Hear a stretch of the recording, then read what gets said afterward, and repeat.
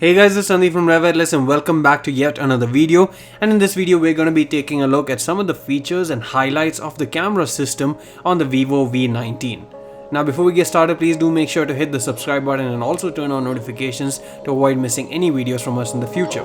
Now let's get this video started.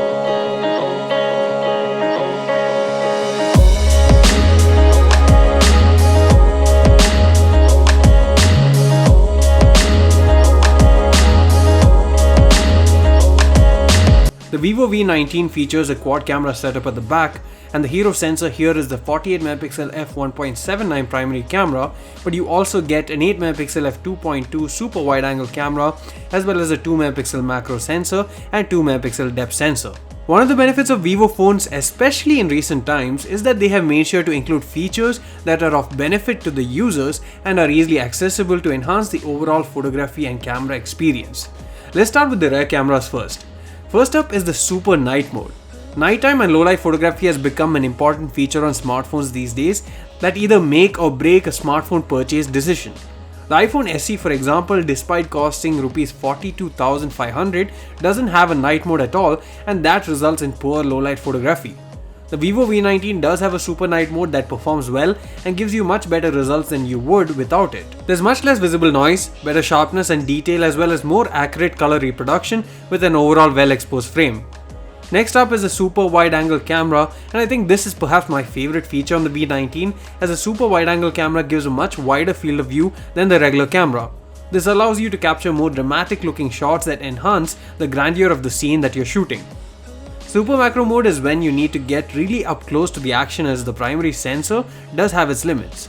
While the primary sensor too can focus pretty up close, this goes that extra step ahead and gives you a very interesting perspective to your close-up shots, which when used creatively gives great results. Video recording goes up to 4K 30fps, and you can record 1080p 30fps videos with EIS, and they are very stable. But if you're a vlogger or someone who likes to do run and gun type of videos, you would definitely like to make use of the ultra stable video mode, which puts the EIS on overdrive and gets even more stable footage. Here's a comparison of both side by side so you understand the difference.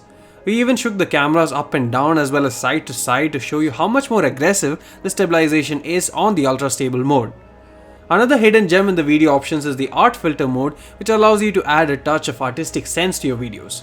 You can choose between mono and bokeh, and mono essentially isolates your subject and makes sure that the subject remains the center of attention by only showcasing the subject in color while the rest of the background is in monochrome. Bokeh also isolates your subject, but instead of playing with the saturation, you get a bokeh and blurred background just like you would with respect to portrait or bokeh photos.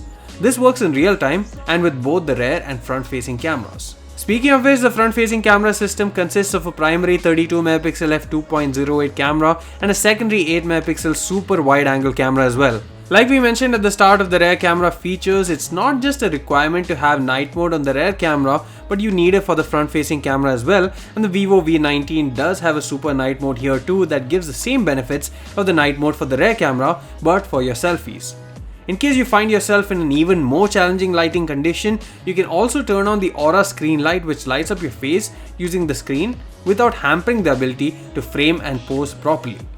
The super wide angle experience also makes its way to a front facing camera, which is essential to capture your surroundings along with yourself, or to capture a larger group of people in one shot without getting someone's head or face cut off. There are two other features that we liked. One is Postmaster.